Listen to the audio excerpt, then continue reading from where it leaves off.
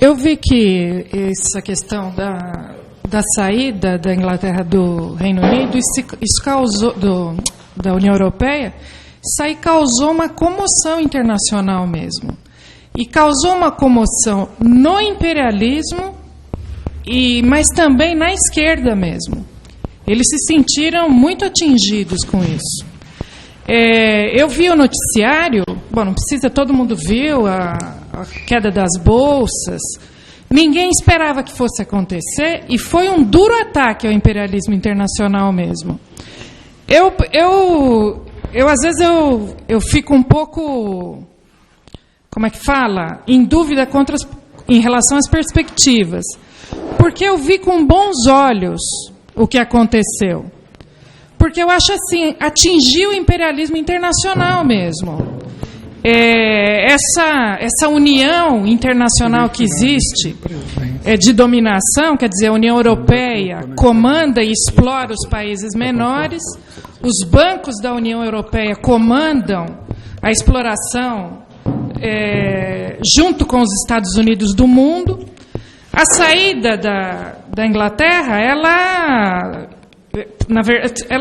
ela atingiu e colocou às claras a crise capitalista internacional. Aí todo mundo, a esquerda fala, muita gente fala que foi a direita que ganhou, você também colocou no debate, e que isso e que essa decisão de sair, ela é uma coisa que piora o cenário internacional.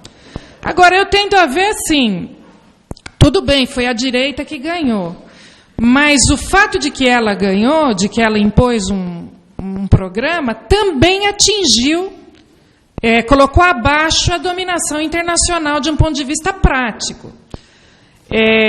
Muita gente também coloca o seguinte, que não é possível reverter o crescimento da direita a partir dessa vitória. Eu queria que você colocasse mais concretamente essa questão, porque ao mesmo tempo que parece uma coisa positiva, a análise concreta das pessoas que estão na Europa, eles tendem a entender isso de um ponto de vista muito negativo. Nós estamos longe, né? Nós somos um país atrasado. Eu não vi assim com esse nível de pessimismo, pelo contrário, eu acho que todo movimento que tende todo movimento revolucionário, ele começa em primeiro lugar abalando as bases daqueles que dominavam, quer dizer, não me parece uma coisa tão pessimista como eles colocam. Em relação ao Brasil, eu achei muito importante essa colocação de que nós novamente estamos fazendo papel de trouxa na situação internacional. Porque quando tendem a um fechamento de fronteiras, a uma política de restrição, o Brasil arreganha as portas desse jeito. Eu acho que a gente deveria realmente dar uma ênfase dar uma ênfase na propaganda a esse problema, porque realmente é muito importante, né? Então, é uma situação que tem que ser vista de dois ângulos diferentes, né? De um lado, evidentemente que é positivo. É um produto da crise capitalista, né? E é uma evolução, digamos assim, uma nova etapa na crise política dos países imperialistas, que dominam o mundo, que são exploradores de toda a humanidade e tudo mais. Isso aí é falar que é a barbárie e tal, é bobagem, porque isso daí não é solução para ninguém de nada.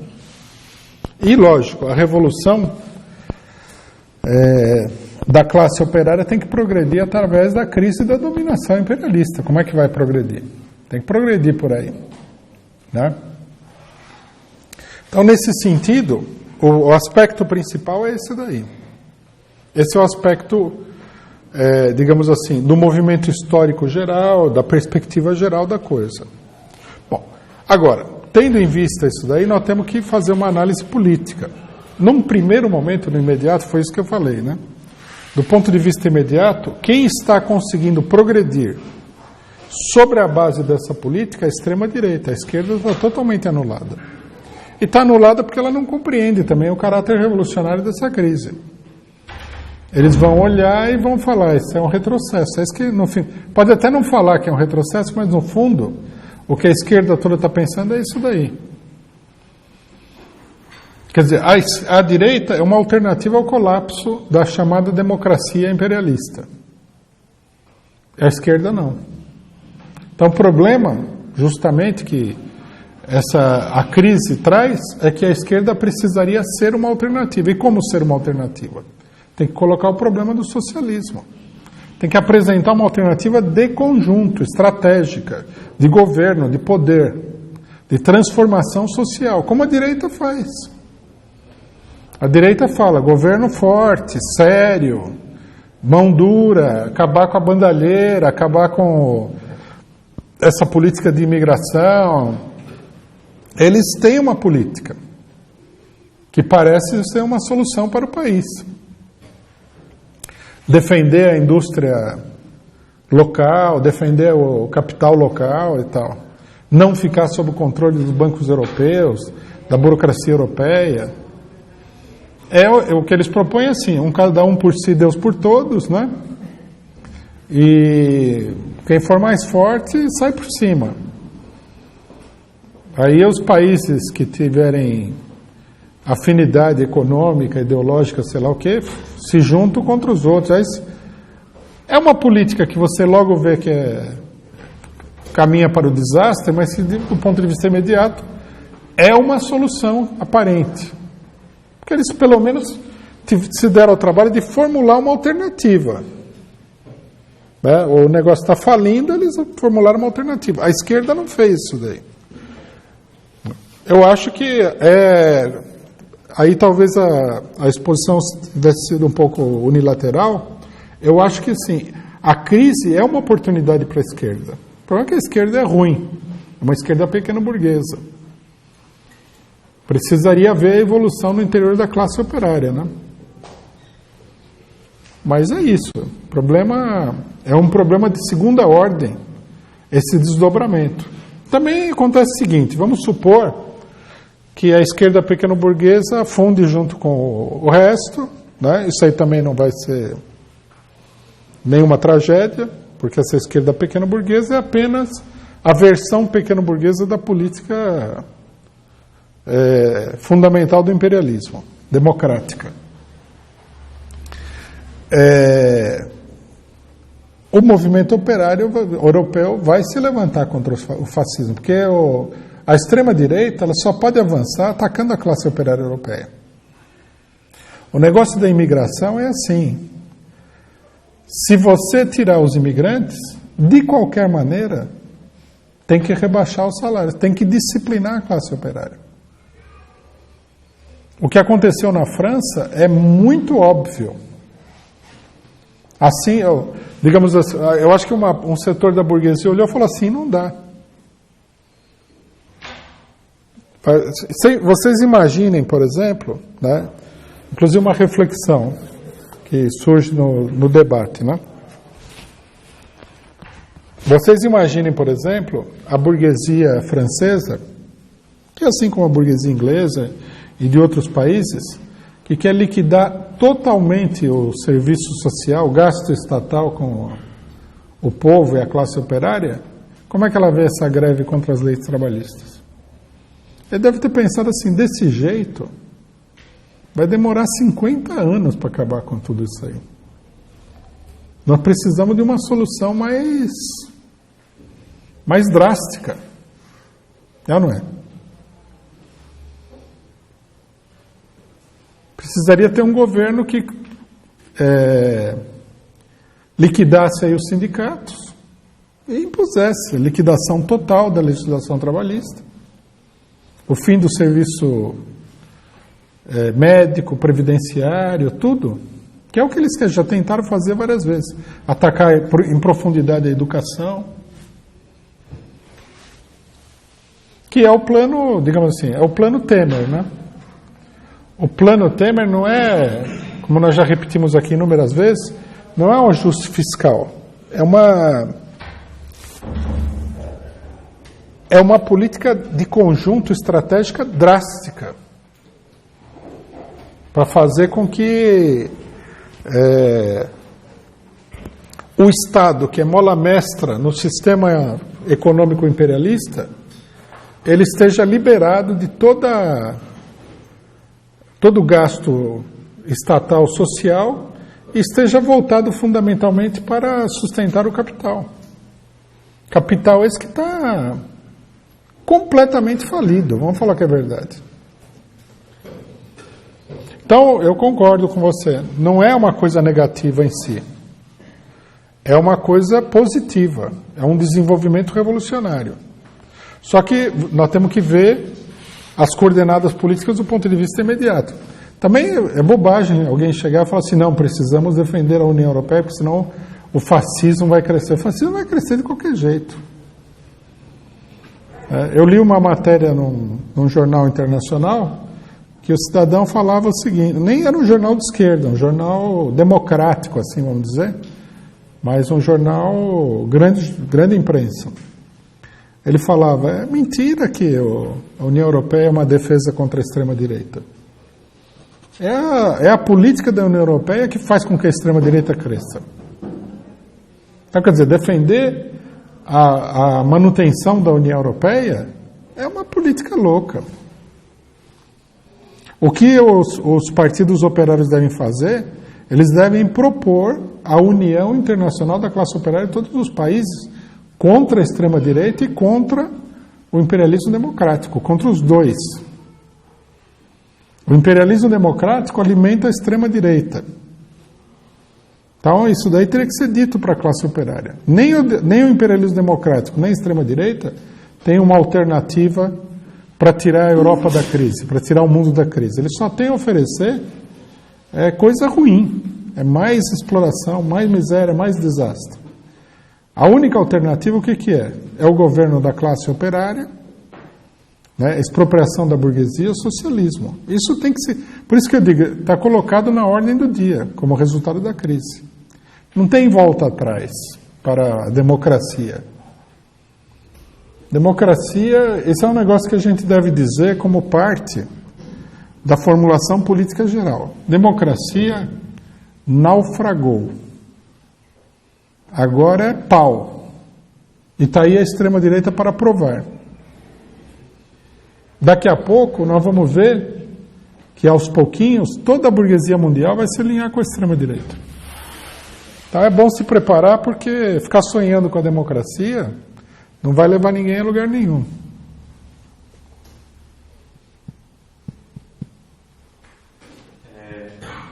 Como a gente tem um tempo curto, eu vou fazer as perguntas em blocos. A primeira, já que a gente está falando da União Europeia, o que os partidos de esquerda na Europa estão fazendo para se contrapor ao avanço da extrema-direita? Essa ação poderia ser feita aqui também? Sobre o golpe no Egito também, como que a população está agindo diante do golpe no Egito? Quais são as perspectivas? Também, quais as implicações da crise da União Europeia para a América Latina? E a esquerda europeia capitulou diante dessa crise, diante do avanço? Bom, o que a esquerda europeia está fazendo é o que a esquerda brasileira está fazendo. Que é ficar a reboque toda vez que a extrema-direita aparece, eles ficam a reboque da direita conservadora, que é o setor que alimenta a extrema-direita. É isso que acontece aqui. E lá. Então, por exemplo, na eleição passada, britânica, isso é bom porque a gente já pode ver a progressão da coisa, como é que se desenvolveu. Na eleição passada, apontaram que a grande ameaça era o crescimento do UKIP. Então, o que aconteceu? O Partido Trabalhista fez um acordo com o Partido Conservador para que nos distritos onde o UKIP se apresentasse, concentrasse o voto nos candidatos conservadores. Tática como a gente pode ver, de extrema inteligência política, habitual, né, na esquerda pequeno-burguesa, que é super esperta. Bom, agora o que aconteceu? O Partido Conservador, pressionado pelo UKIP, pressionado por diversos setores, para tentar conseguir uma autoridade diante da direita, manter o controle da situação, lançou o plebiscito, porque foi o próprio Cameron que lançou o plebiscito. Ele lançou o plebiscito como uma manobra para ganhar poder sobre os outros setores.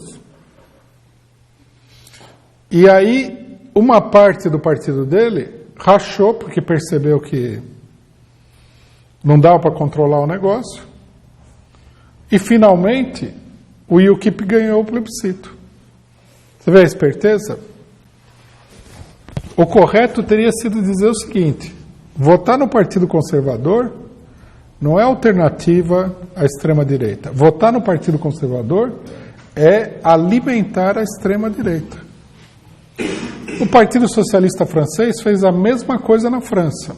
E agora, o Partido Socialista Francês, porque esse Partido Socialista parece ter gente muito inteligente também, lançou a reforma do trabalho. Provavelmente a burguesia lá discutiu com essa direita que está no governo, né? Porque eu não sei se vocês sabem, mas num determinado momento, o governo do Hollande foi totalmente reestruturado. É jazz, né? O governo do Hollande foi totalmente reestruturado e entrou a ala direita do Partido Socialista, que é esse Valls, o Macron, que é o ministro da Economia, esses caras todos, que é uma coisa horrorosa.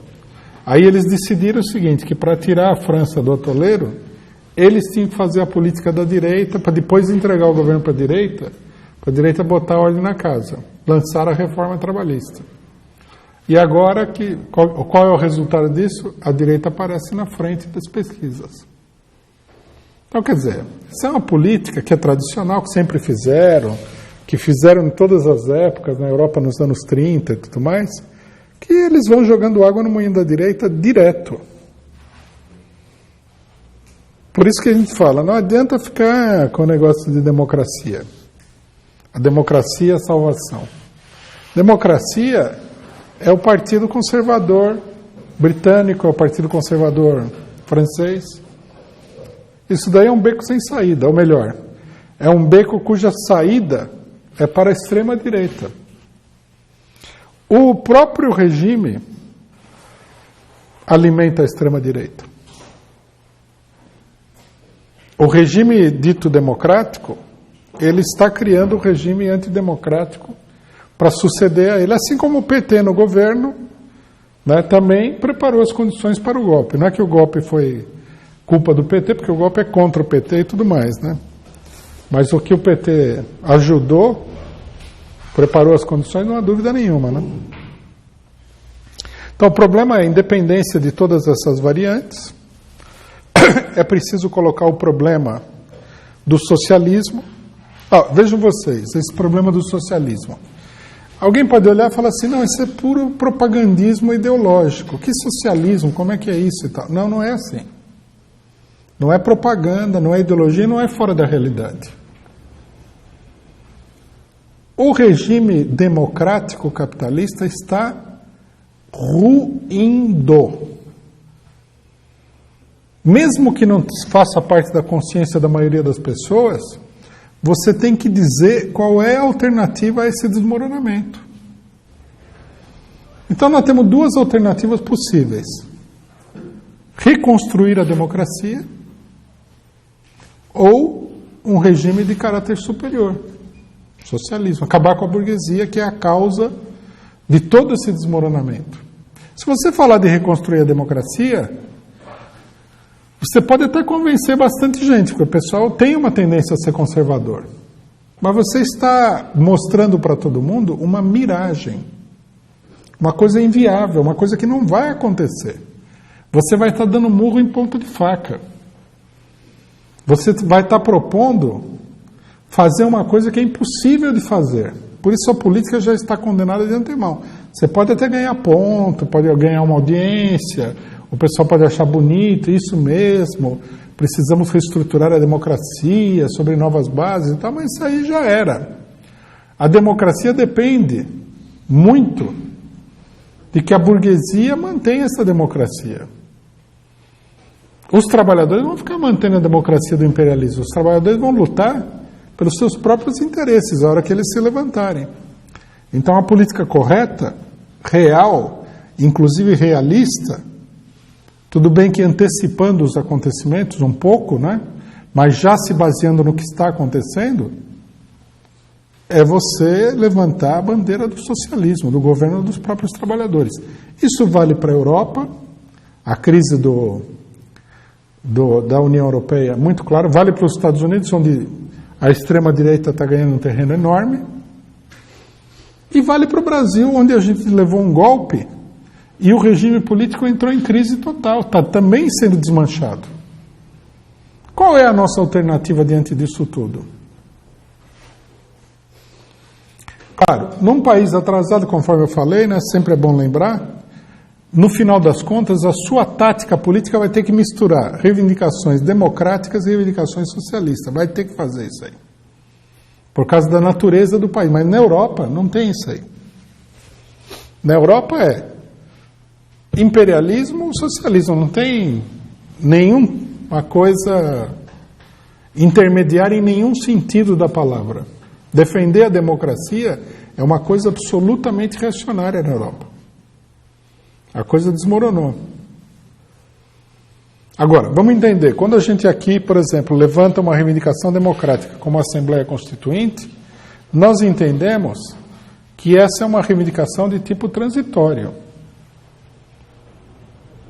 Ela vai ajudar a impulsionar a luta, mas não vai transformar. Nós não vamos ter uma nova Constituição democrática, isso aí já era, a burguesia já está em outra política. O pessoal não acredita no golpe, mas o golpe está se desenvolvendo e está se desenvolvendo muito. E a hora que eles assegurarem o impeachment da Dilma no Senado, aí vai se desenvolver com muito mais rapidez. Se eles tiverem, como eles estão esperando, uma grande vitória eleitoral nas municipais, que é um terreno extremamente favorável para a burguesia, pode ter certeza que essa vitória eleitoral vai servir para aprofundar o caráter ditatorial do regime. Por isso também que a gente não pode ficar na besteira de ficar aí falando em administração do município, calçamento de rua, botar planta na avenida, fazer ciclovia, melhorar a distribuição de água. Porque isso aí é tudo, você está falando um negócio que não tem um mínimo de realidade. Teria que ter uma colocação muito distinta na eleição.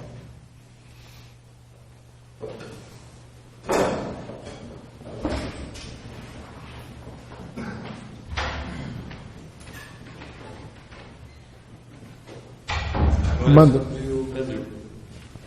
É um outro bloco para melhorar o tempo. A primeira seria por que a imprensa golpista tem dado espaço nos últimos dias para falar sobre os escândalos envolvendo o PMDB, o PSDB.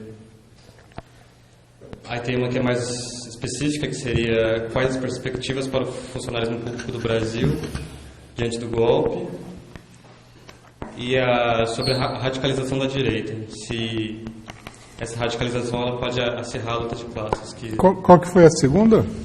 Sobre as perspectivas do funcionalismo público no Brasil. Funcionalismo? Isso. Bom, eu não vi que a imprensa deu destaque para críticas ao PSDB, não. Para mim continua tudo como antes. Lógico que a imprensa ela tem que mostrar, tem que fazer uma manobrinha pelo menos, né? Tem que falar um pouquinho da merenda e tal, mas o negócio da merenda é totalmente escandaloso e eles encobrem e tal. O PMDB é uma coisa, é uma contradição que tem no governo. É um governo contraditório. É um governo PMDB-PSDB. O que a burguesia quer é um governo, como a gente já disse aqui, PSDB-PMDB, não PMDB-PSDB. A operação política toda conduz a colocar o PSDB no controle do governo. PSDB e DEM. Bom, e logicamente, o país é grande, a burguesia também, tem vários setores, surgem denúncias aí que escapam do controle do pessoal. Não é também como se fosse um teatro de marionetes, onde o cara controla o movimento de todo mundo. Tem cara que entra na jogada aí, né? Atravessadas, como aconteceu com aqueles procuradores que queriam prender o Lula e tal, né? Aí o negócio, a burguesia toda criticou, não porque eles fossem contra prender o Lula, mas porque a jogada foi muito mal organizada, né? Agora mesmo o Teori Zavascki, ele falou que o Lula vai ser julgado em Brasília, não no Paraná. Por quê? Porque se levantar Lula e Paraná junto, vai dar uma crise. Agora, o que vai acontecer em Brasília? Porque o juiz de Brasília é bom? Provavelmente eles são juízes que eles têm um controle maior, podem atuar mais politicamente, né? Precisa levar em consideração isso daí. Não acho que há nenhum ataque especial contra o PSDB, nada. Especial ou não especial. E mesmo o PMDB, o negócio não vai progredindo muito. Você vê que o Cunha já caiu, já foi enterrado, queimaram ele, dispersaram a cinza e tal, e o cara continua lá. Agora a última notícia é que teve um feriado, a Câmara decretou um feriadão de 2 semanas e adiou de novo o julgamento do Cunha. O negócio do Cunha vem se arrastando já faz o quê? Quase um ano. Nessas palestras de sábado a gente falou, o Cunha não está caindo, e não caiu até agora, você entendeu? Só que a última dele é assim, não vou delatar ninguém, não renuncio, nada. A imprensa fala que ele está morto, está enterrado, está acabado, está liquidado.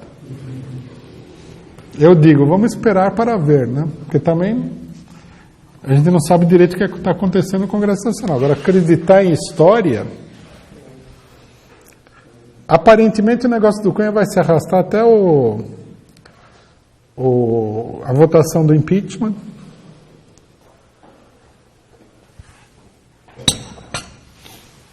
E o fato da Globo esbravejar e tal não significa nada, né?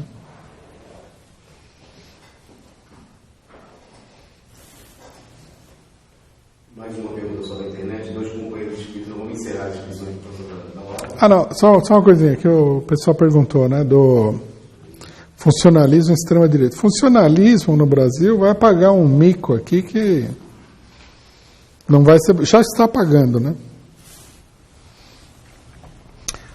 A medida que o Cunha tomou de engessar o orçamento significa que o funcionalismo vai ter aumento salarial pelos próximos 10 anos, mais ou menos, sem exagero. E o que vai acontecer é que eles vão ter que diminuir o quadro funcional para poder manter o teto de gastos. Então, funcionário público, prepare-se, porque vai ser uma das grandes vítimas aí do plano Temer. Bom, e a direita o problema é o seguinte, nós temos que, em todas as oportunidades, repetir. A direita é uma grande ameaça para os trabalhadores, o povo, a esquerda, e teria que ser combatida de maneira sistemática.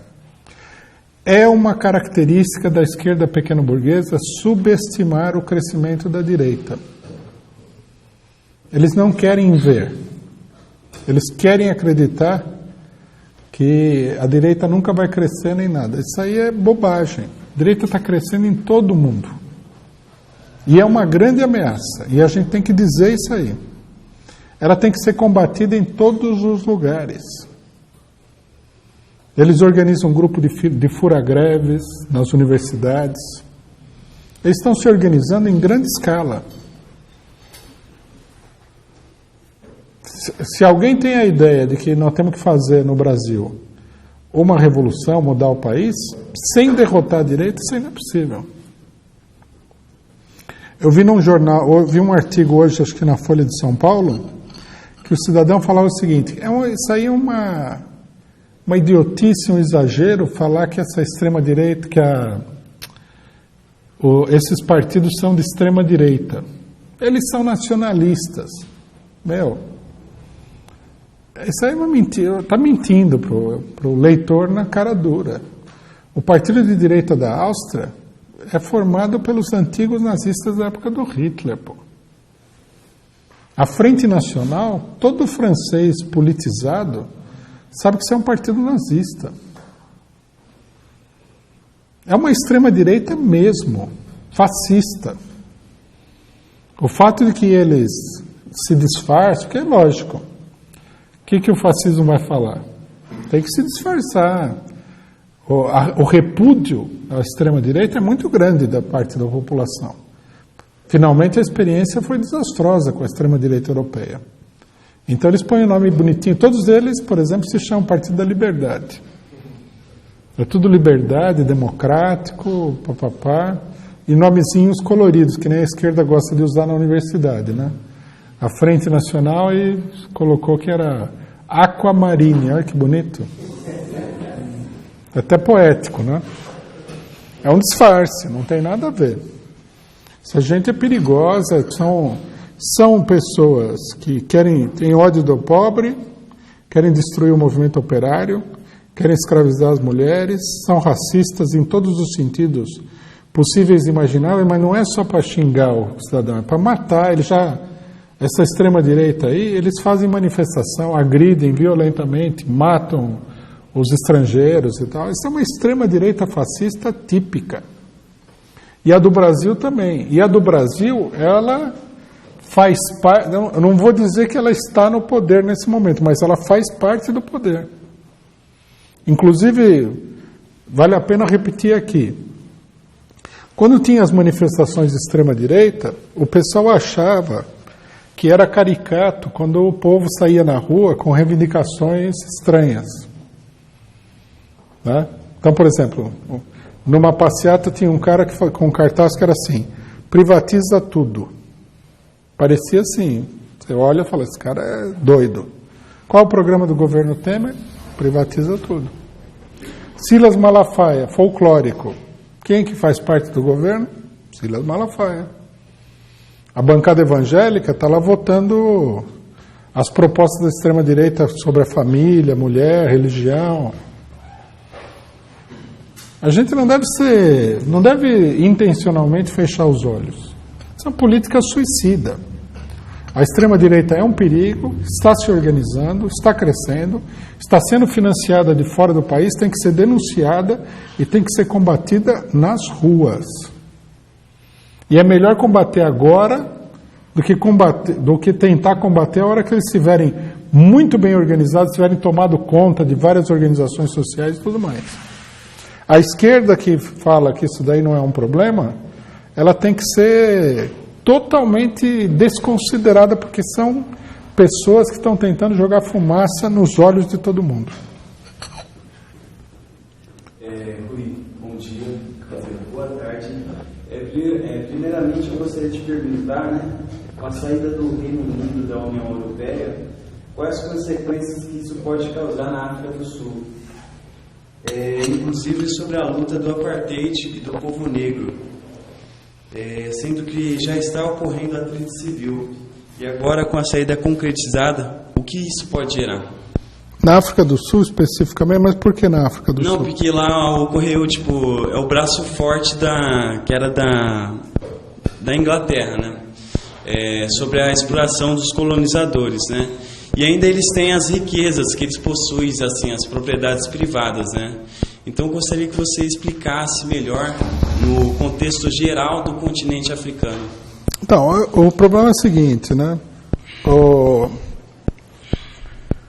Os bancos ingleses, eles são muito poderosos por causa das antigas colônias britânicas. Eles detêm aí uma parte substancial do investimento na Índia, em vários países da África, no Oriente Médio e tudo mais. Agora, isso aí não tem a ver diretamente com a União Europeia. É um dos motivos pelos quais os ingleses não entraram na União Monetária Europeia, porque a Libra garante aos bancos ingleses um privilégio econômico em todos esses países. A moeda de vários países, eu não saberia dizer agora quais, mas de vários países é apoiada na Libra, não no dólar, nem no euro. Tá? Então, a Libra, por exemplo, é uma das moedas que sustentam o sistema monetário capitalista internacional. É uma das mais importantes, inclusive apesar de que a gente não vê isso daí porque não tem nada a ver com o Brasil, mas se você tivesse na Índia, você ia ver isso aí muito mais de perto. Então, eu acho que desse ponto de vista, diretamente não há uma relação. O grande problema no caso da Inglaterra é a atuação no mercado europeu. Quer dizer, para os ingleses e para os europeus também. Sem falar que isso daí pode ocasionar uma crise muito grande nas moedas europeia e britânica, o que levaria a crise muito longe. Isso aí não tem a menor dúvida. Acho que nós temos que acompanhar e ver o que vai acontecer. De passagem aqui, né? É bom relembrar, diante desse desenvolvimento da crise, o que uma boa parte da esquerda, porque a esquerda brasileira internacional, elas têm umas loucuras que a gente precisa lembrar sempre. Quando teve a crise de 2008, eles falaram que era uma crise cíclica. Você vê, 8 anos depois, nós temos uma explosão aí do sistema europeu. Olha o tamanho da crise cíclica. Porque a crise cíclica significa o seguinte: você tem a crise e você tem a recuperação, né? Aqui a gente só tem crise, né?